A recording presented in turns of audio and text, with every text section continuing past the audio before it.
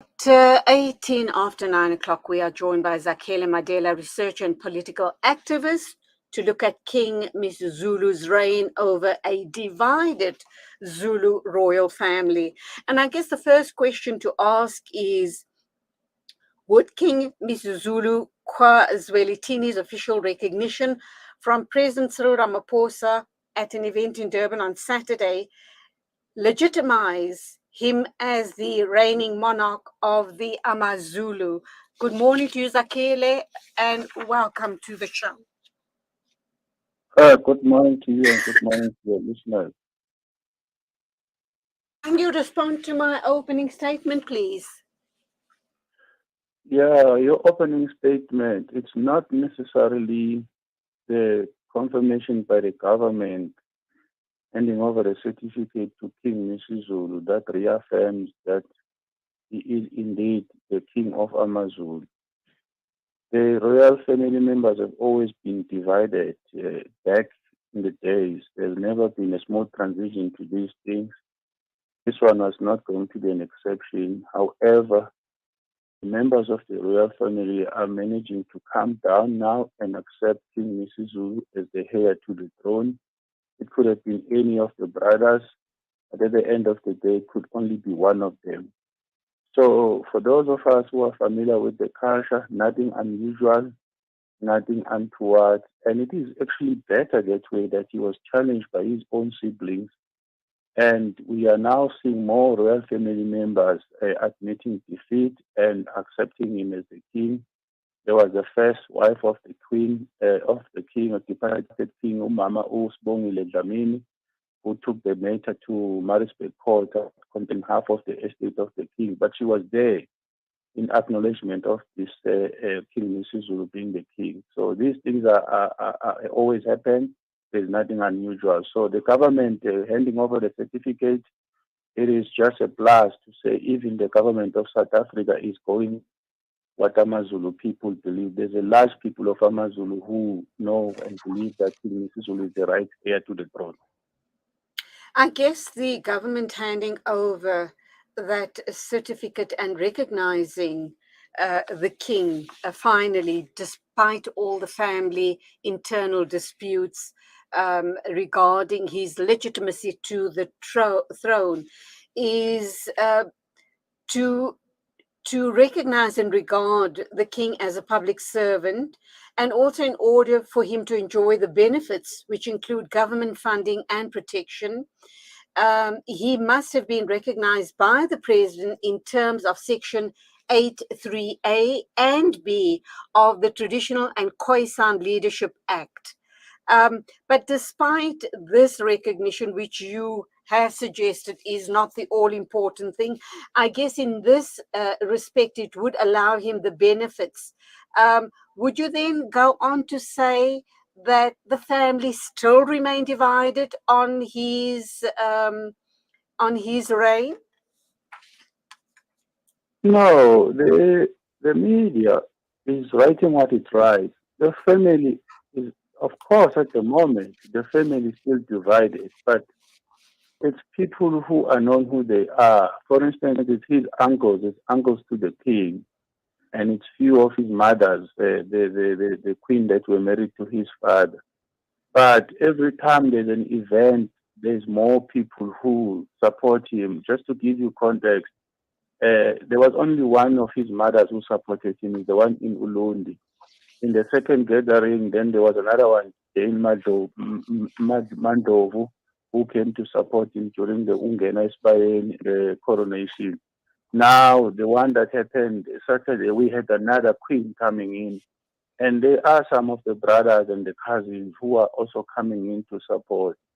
So, really nothing unusual if I must answer your question that way.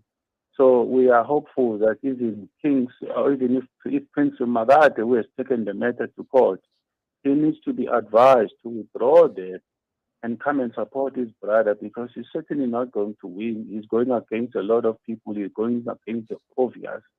So nothing unusual, really. It's just that we're living in modern times where we witness these things as they come, live. Whereas in the past, they would happen, but we wouldn't be privy to them. So, what about the divisions that's been worsened by the factional crowning of the late King Zwelithini's firstborn son, Prince Simakade? And obviously the divisions have worsened by his backers within the family as king. How does that now play out? He doesn't have the support of the people themselves. If he were to call a gathering today, people will not come. Of course, there's a handful of family members who have said to him he's the rightful heir. It's not him. There's another one who is a son of Queen Gamate. His name is Buzabaz. He's the one that is supported by the uncles of current King Misuzulu. So to cut a long story short, Prince Magade, he will take advice. He will apologize. It's a matter of time whether that happens this year or whether it happens next year. What we know is that in that apology, it will have to be a genuine apology that says, my brother, I wasn't going to give it to you on a platter. I had to challenge you. I'm a firstborn. I now accept it. They will come out publicly and come out as a united front. These things always happen.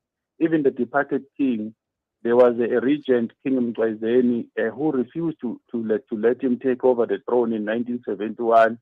But it took them many, many years because the apology only came now in the 2000. I think it came around 2010.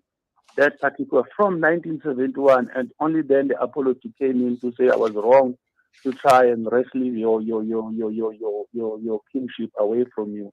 So the apology will come from Prince Magate. We know this thing happened. So, Zakhele, let us understand, why has this situation come about?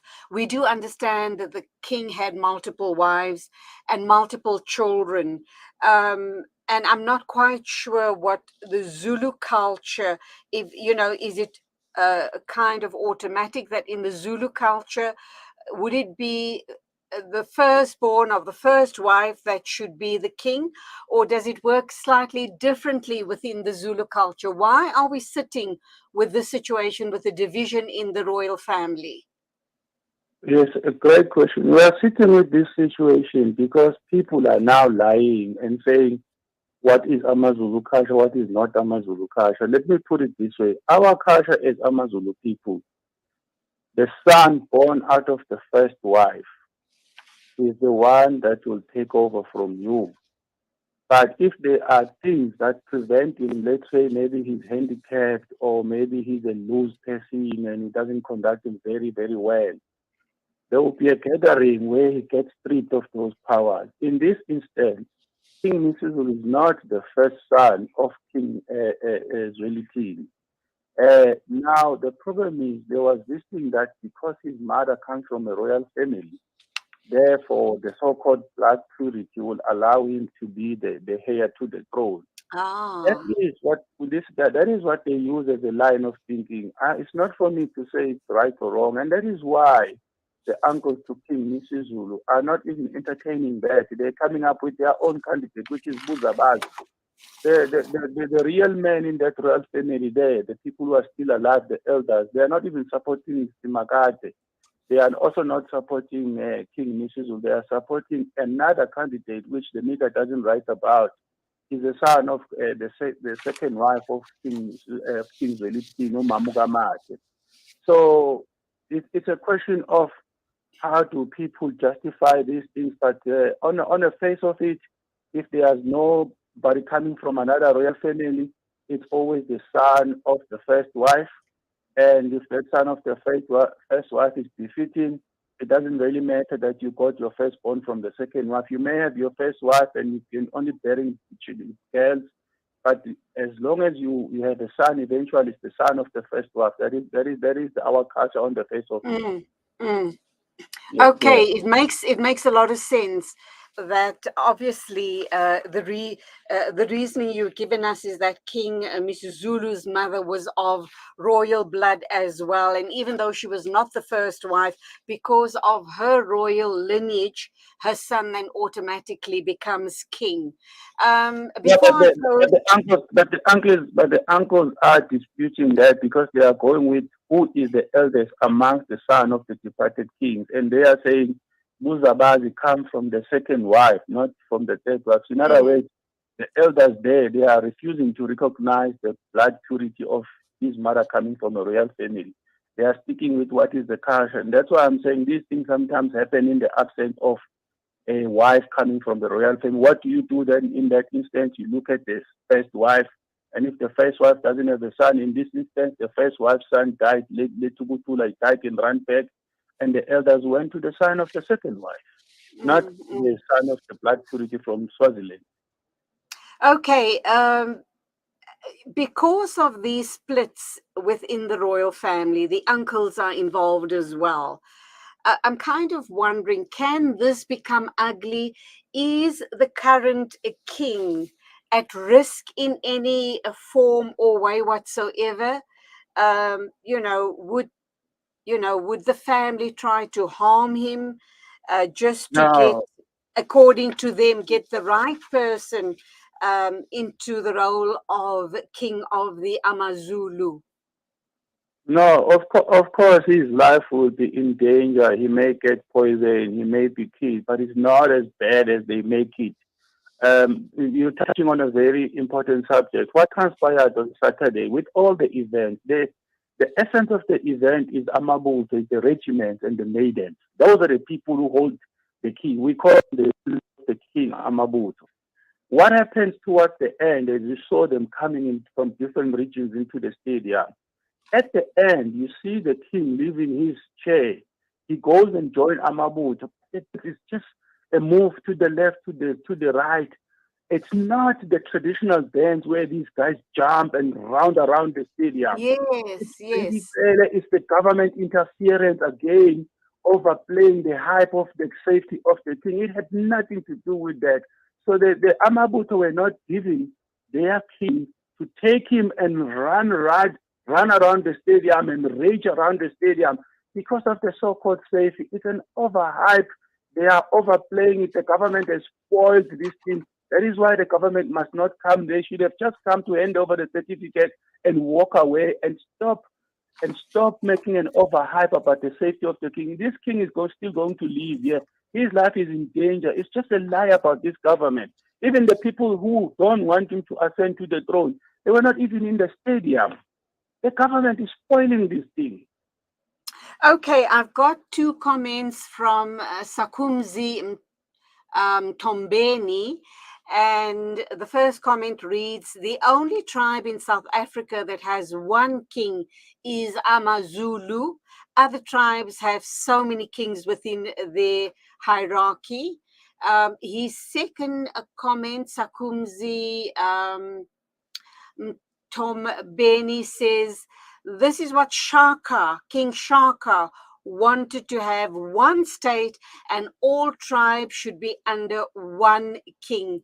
So some of the tribes ran away. Would you agree with Sakumzi? I agree with Sakumzi. I agree with him. What Sakumzi is trying to do is that in the culture of Amazulu, the great King Shaka united the kings and made them to be below him, to be his subordinate. And therefore, that is why you will have Sakumzi. He also has his own king, Inkosi. Then they were called Inkosi, they were no longer called the kings. So with the Zulu people, with Amazulu people, it's now different because we've got one king who presides over the small kings, which you may not call kings, you can call them Amakosi, or the people that were called chiefs. Whereas with other nations like Amaxhosa and Amapedi and others, there was no unifier who defeated those little kinglets and put them under one kingdom. In our instance, it's a happening that happened under King Ushaka, and those people were defeated, and therefore they remain under this king of Amazulu. So we have one king in that essence, but the kingdom of Amazulu is made out of 340 kinglets, the small kingdoms. There's 340 of them that make it, and they are all constituting this kingship of Amazulu. Zakhele Madela, researcher and political activist, thank you indeed for weighing in on this issue. And you are quite confident that the right person has been chosen to rule over the kingdom of Amazulu, and that he is safe and the right process has been followed in choosing him as king of the AmaZulu. Thank you. And he's safe. He's safe. Thank you. Oh, thank you. Thank you, God. Thank you for being with Thank us you. on the show Thank this you. morning. Lovely talking to you. It is exactly Thank you. 9:33 a.m. Standing by to talk to us next is Phakamile Hlubi Majola. He's a NUMSA spokesperson. We're going to be looking at Cyril Ramaphosa's disastrous course of government. So all of that and more coming up with Dr. Anthony Turton, water expert, regarding the E. coli levels, unacceptably high E. coli levels in Durban, which means no, you can't go on holiday to Durban this December. So do stay with us. This is News and Views on Salam Media.